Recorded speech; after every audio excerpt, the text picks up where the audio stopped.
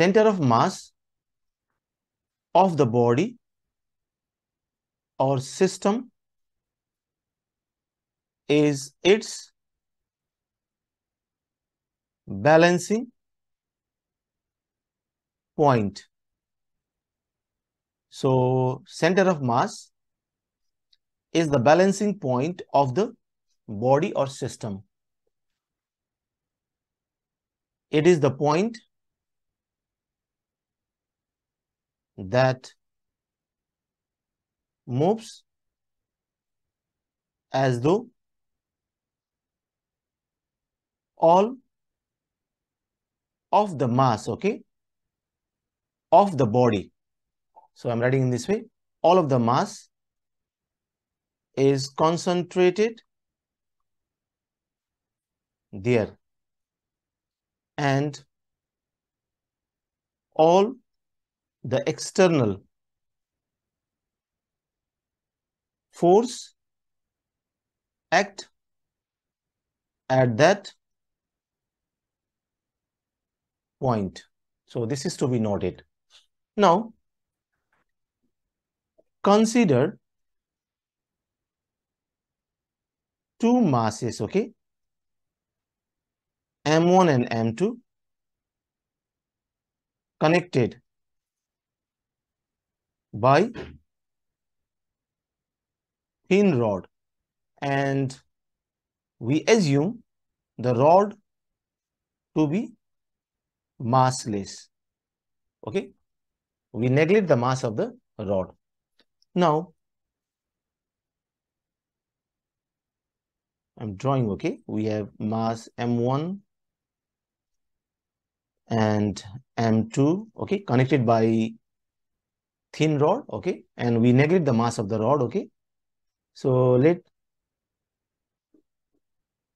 the center of mass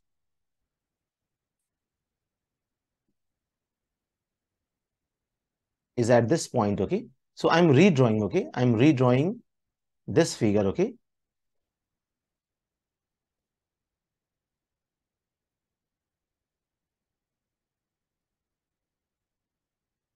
So I'm again redrawing.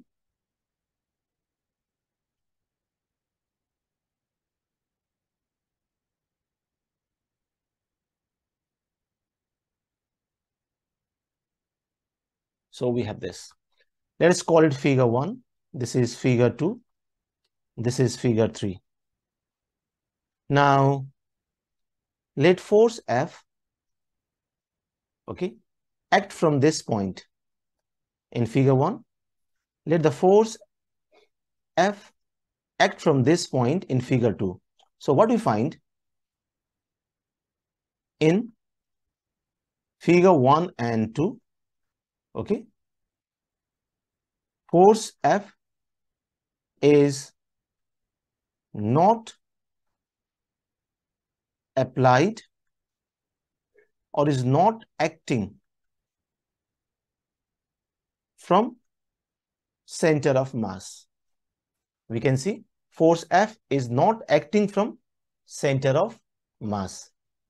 Now we want to know the motion, okay? We want to know the motion of this system and this system when the force F is not acting from center of mass. So what we find in this case, we find the system rotates, okay? So we find this. So there is rotational motion when force F is not acting from center of mass. So this is to be noted, okay? Now again, in this case, okay, we find the system rotates, okay? So that in this case, there is rotational motion. So we can conclude that when force is not acting from center of mass, the body or system will rotate. So this is to be noted, okay? Now, let us consider force acting from center of mass. So in figure third, okay? So let me draw in this way, okay? This is center of mass and force is acting from center of mass. So in figure third, force F is acting or is applied, okay? Acting from center of mass. Now we want to know the motion, okay, of this system. So when force F is acting from center of mass, okay? So I'm writing when force is acting from center of mass, okay, then the body or system will have translational motion, or we can simply tell that the body will have linear motion. So we find this, okay?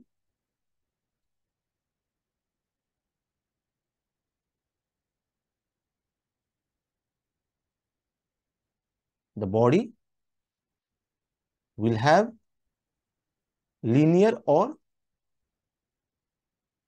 translational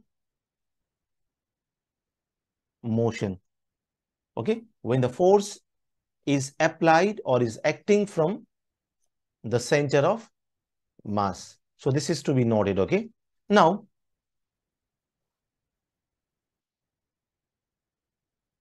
I'm erasing this, okay?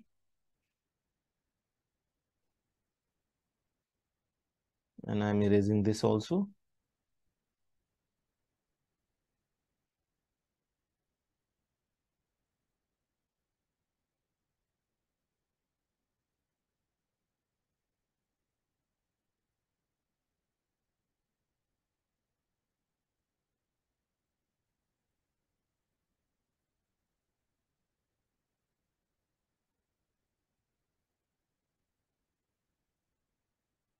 Let this distance, okay, be L1.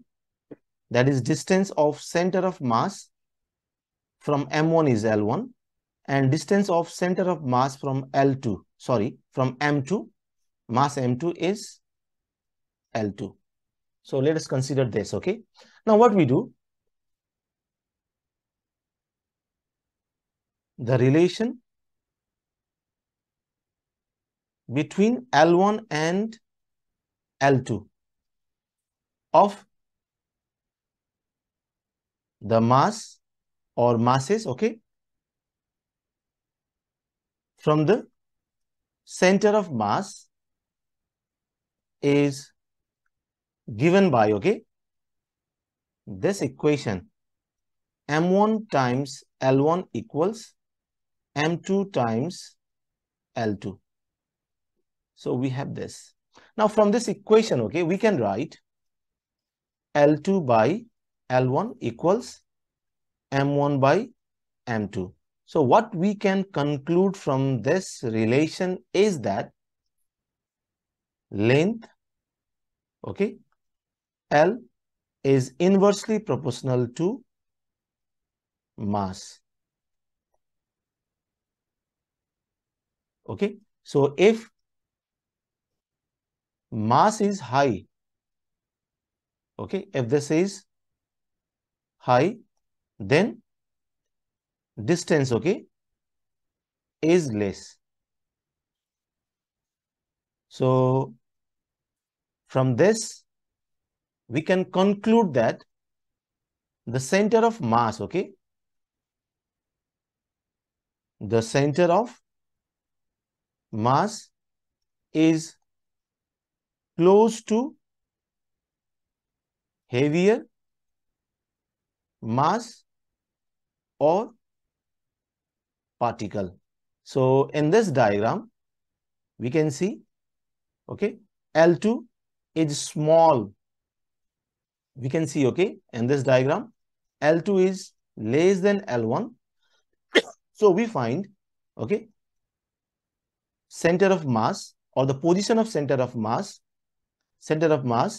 is close to M2. So it means that M2 is greater than M1. So we have this. So this is to be noted, okay? We are going to discuss the position of center of mass in terms of coordinate system. So I'm writing position of center of mass in terms of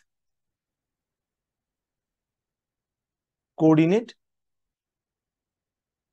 system. Again, let us consider masses M1 and M2 separated by, okay, thin rod which is massless. So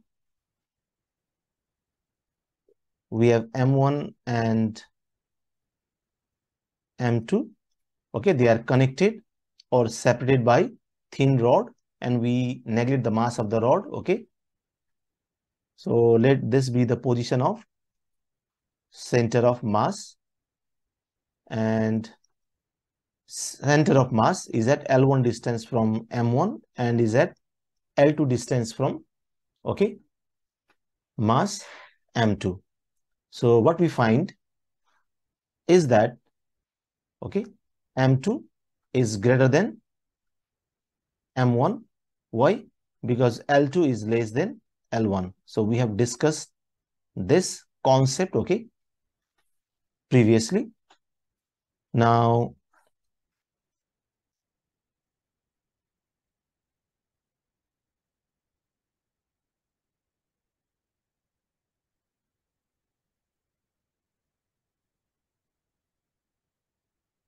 this is Y and this is origin, okay, and let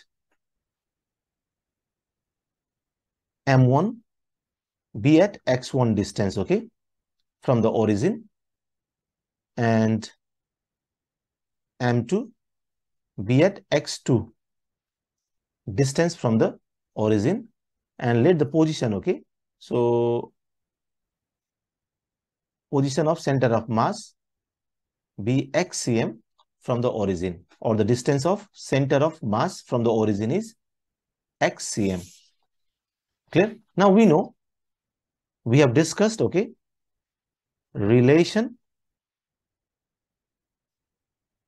between L1 and L2 is given by, okay, the equation M1 L1 equals M2 L2. So we have this. Clear? Now let us call it equation 1. Now from figure, okay,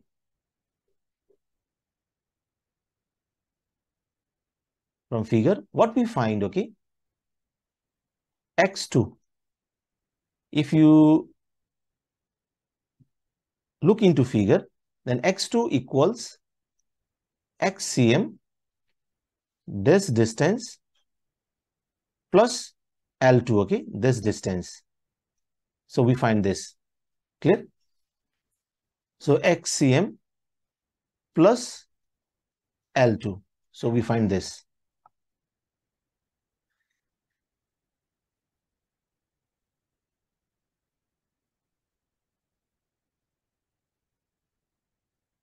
So I'm erasing this, okay.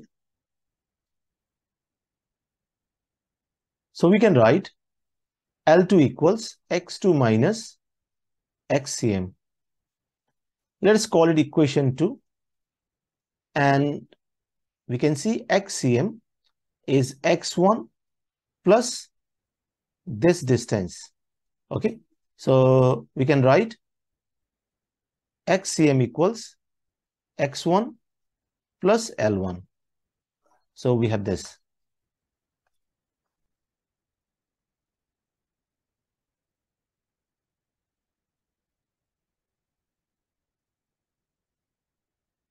Therefore, we can write L1 equals xcm minus x1. Let us call it equation 3. Now we are going to put the value of L1, okay, from equation 3 and L2 from equation 2 in equation 1. So I'm writing, okay, from equation 1, 2 and 3, okay, we get M1 and L1 is xcm minus x1 equals M2 and L2 is x2 minus xcm. Now we can simplify, okay, this equation. So M1 xcm minus M1 x1 equals M2 x2 minus M2 xcm. Okay, let us find xcm. We want to find xcm. So for that, I'm keeping the term containing xcm on one side. So we have this equals M1 x1 plus M2 x2.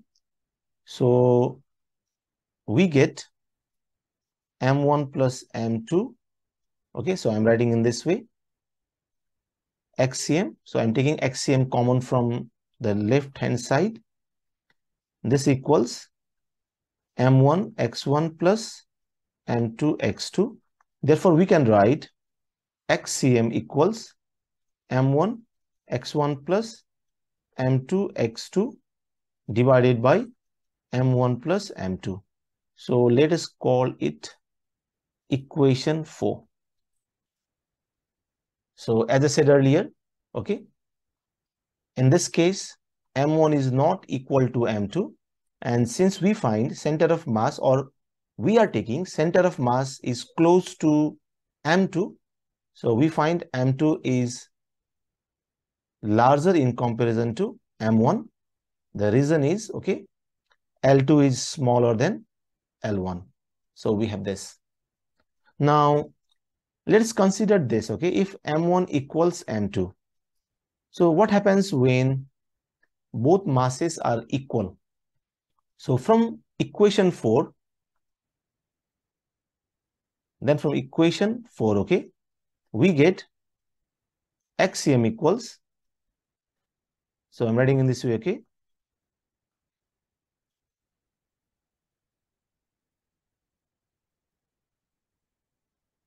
so I'm replacing M2 by M1. So we find this. So when two masses are equal, then we find xcm equals x1 plus x2 divided by 2. So we find this. Clear? Now,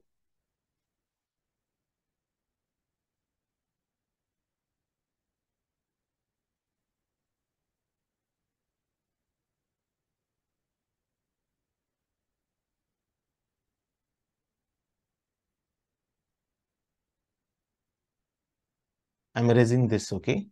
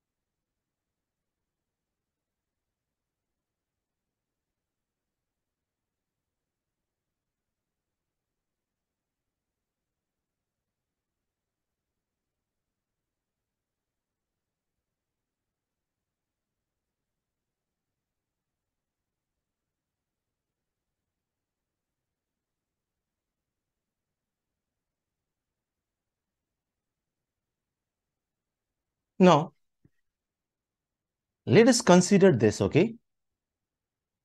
If M1 is at the origin,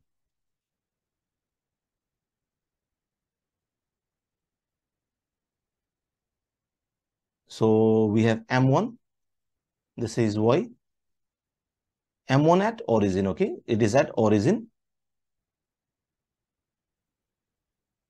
This is M2. Let's say this is the position of, or it is the center of mass, okay? It is acting from this point. So this is L1 and this distance is L2.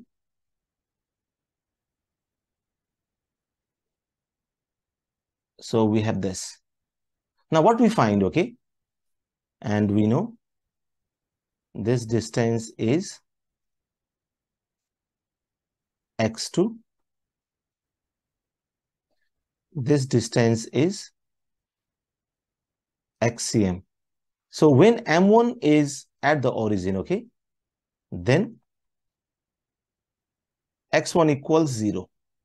We can see it from this figure also. So we have this. Therefore, we can write, okay, from equation 4, xcm equals x1 is 0, okay. So we can write m2 x2 by m1 plus m2. Let us call it equation 5. So we have this case, okay, when M1 is at the origin. Next, now what we do? If M2 is 0, okay, so it means that there is only mass M1. So what we find? Then from 5, okay, we find xcm is 0. So we find this, okay. And if we suppose this, if M1 is 0, let's say we have M1 equals 0, then from 5, okay, equation 5, what we get? xcm equals, okay, we get m2 x2 by m2. So this cancels out. So we get x2 and we can generalize this, okay, and write d. So let x2 equals d, okay. So this is after generalizing. Clear? So we have this. So we are getting this. Clear? Now, what we find, if M1 equals M2, okay, then from equation 5, okay, we can write xcm equals, so I'm writing in this way, okay, m2 x2 by m1 is m2 plus m2. So we get m2 x2 by 2 times m2. Clear? And we know we are taking x2 after generalizing d, small d. So we get this, okay, d by 2. So we are getting xcm equals d by 2. So we are getting this. Okay, so this is what we get, okay, from equation 5. Okay, now what we do is that from equation 5, okay, so I'm writing over here.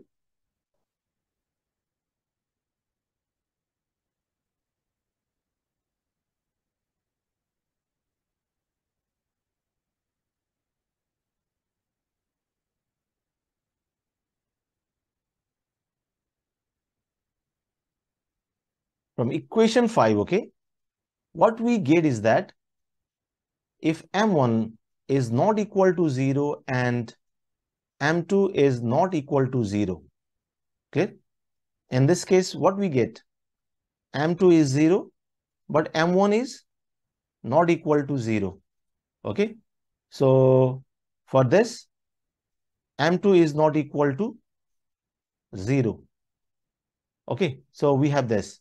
So, what we find is that if M1 is not equal to 0 and M2 is not equal to 0, then, so what we get?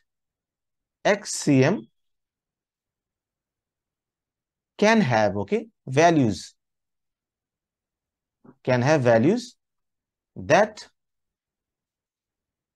lies between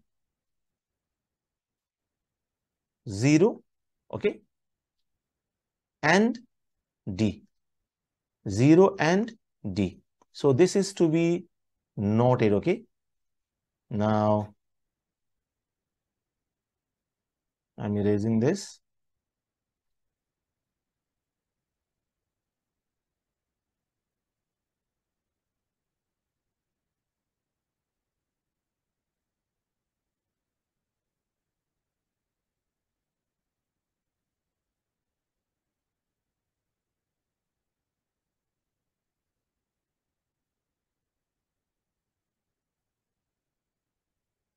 Now,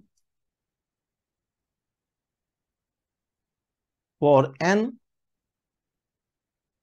particles, okay, we have to generalize equation 4 for a system or body consisting of n particles, okay, in 3 dimension. So, for n particles in 3D, we can write in this way, okay, RCM or vector RCM equals M1 R1 vector plus M2 R2 vector plus M3 R3 vector plus dot dot dot Mn Rn vector divided by M1 plus M2 plus M3 plus dot dot dot Mn. So we have this, or we can write in this way also, summation over I Mi Ri, okay, divided by summation over I, okay, Mi. So we have this, and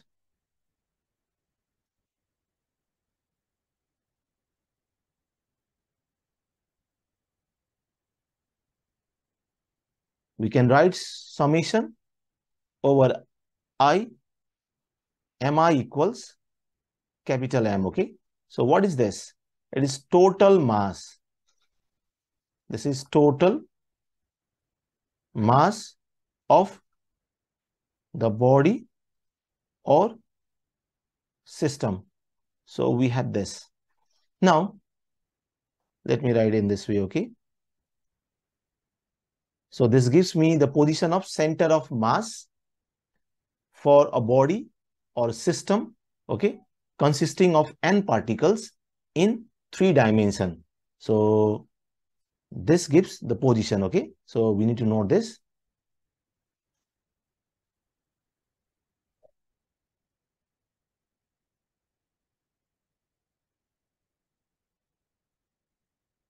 Let's call it equation 6, okay. Now we can write equation 6 in component form. So I'm writing in components form. Equation 6 can be written as, okay, we can write in this way, XCM, okay, this equals summation over I Mi Xi divided by M. So we have this.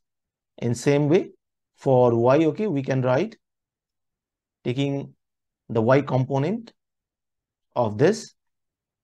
So this is summation over I mi yi divided by m, okay, total mass. And the z component we can write in this way: ZCm equals summation over I mi zi divided by capital M, that is total mass. So we have this. Now,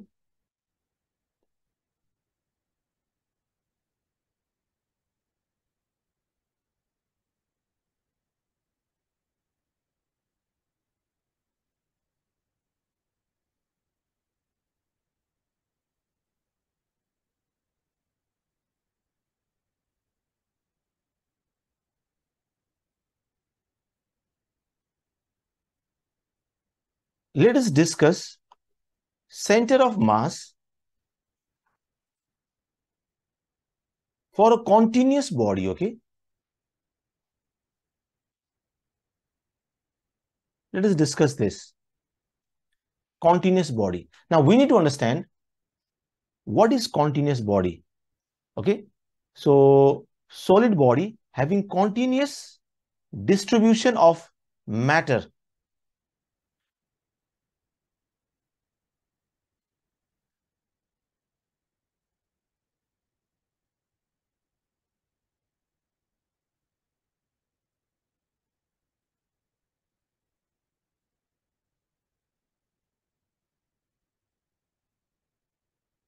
Now, let us discuss center of mass of body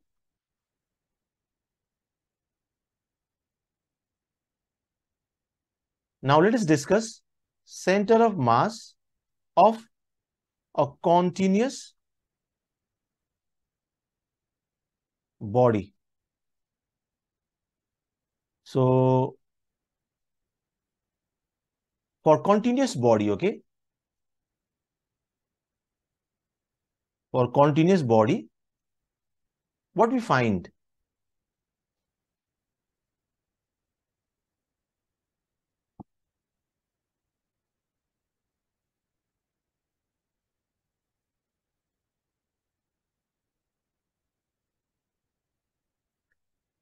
Now we are going to discuss,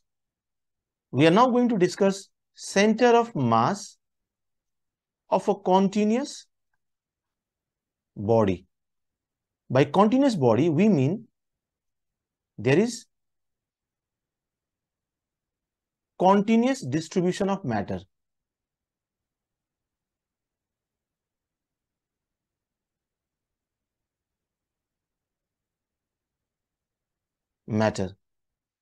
So what we find for continuous body, okay, summation, we can see in equation 6, we have summation can be replaced by integration. Therefore, we can write, okay, in this way. So we replace summation by integration. So we have, okay, vector r dm and 1 by m is out of the integral sign. So we have this.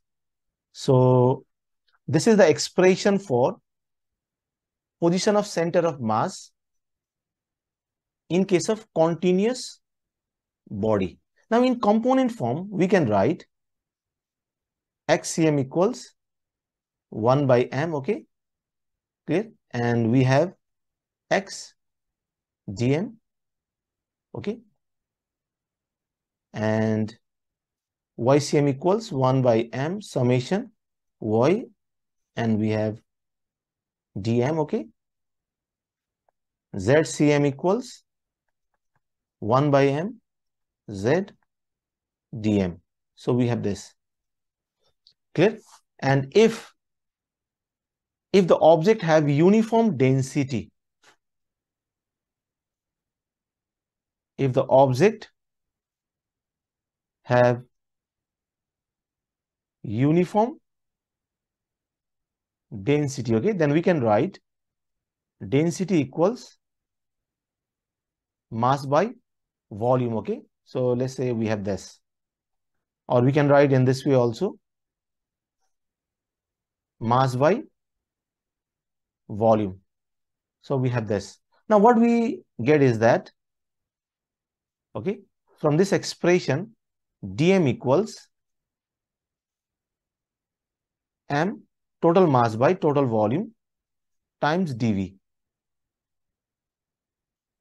So we have this. Now what we do, therefore, let us take this expression. So we can write xcm equals 1 by m integration x, and we can replace this dm by this. Okay, so m by v dv. Therefore, we can write xcm equals 1 by v integration x dv. Okay, similarly we can find it for YCM and ZCM also.